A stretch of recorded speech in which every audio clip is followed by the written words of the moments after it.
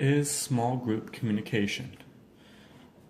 When Googled, it is described as an interaction between not one, not two, but three or more individuals. Now, we have person A, person B, person C, all working together for a common goal or purpose, which will be P.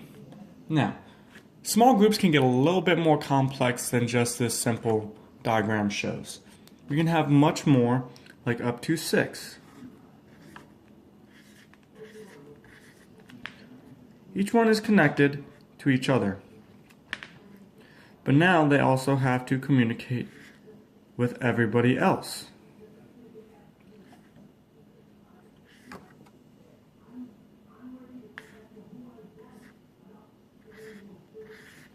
Now I know it looks like a little bit of a jumbled mess, but each person is not only communicating with each other, not only in their general vicinity, but everyone else who is working together in the small group.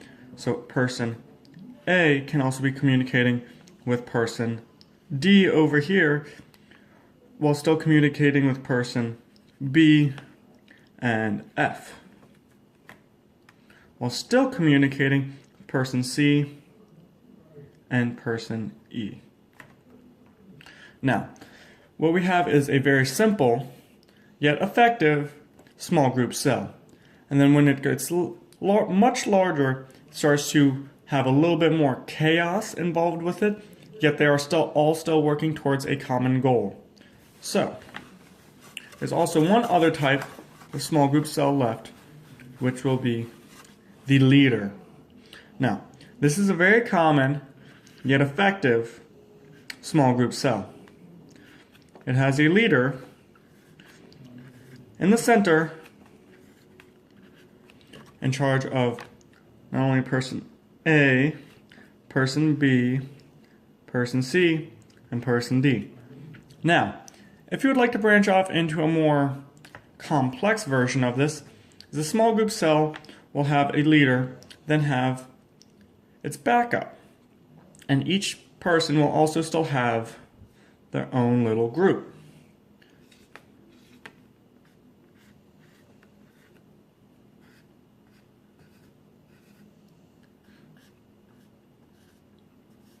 Now, this diagram is most effective in the workplace, with the boss, the managers, and the employees.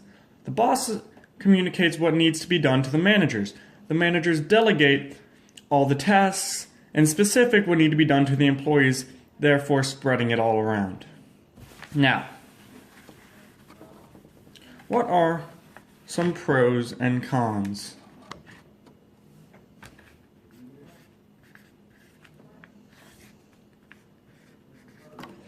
One of the pros is you get to form ideas.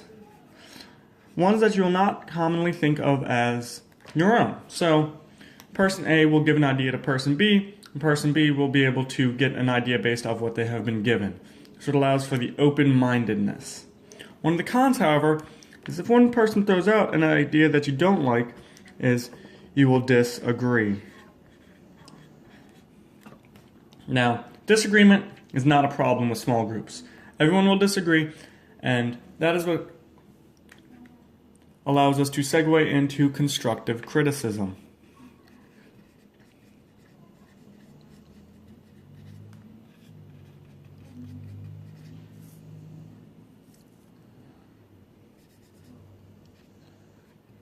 I'm sorry for my spelling, guys. But constructive criticism is basically take an idea that you don't agree with and some way changing it or manipulating it into an idea that you agree with.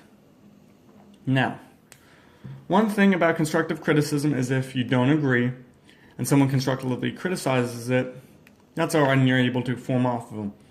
But if one person in the group happens to be shy, that leads to people not voicing their opinions and getting their idea across.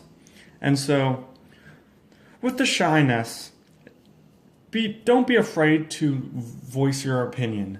Just because it might not be right doesn't mean it isn't a good idea. Maybe they could use it to some way constructively criticize it into an idea that you either agree with much more or you just couldn't put it into those words yourself. Now, one of the best pros of small groups is division of labor.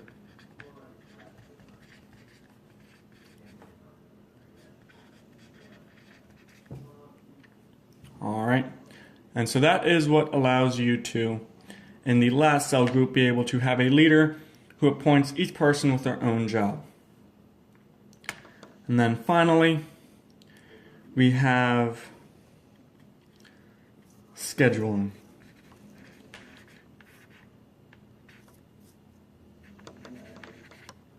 Alright, so scheduling, it's an iffy subject because everyone has their own schedule for who can do what. So in the workplace, it is much easier because you are able to give the hours and availability. Now in small groups, such as in church or in, per se, a communications class, you don't have a set time where you are available every day. So that is just one of those things where you will have to work around. Alright, I think that covers everything I have to say about small group communication.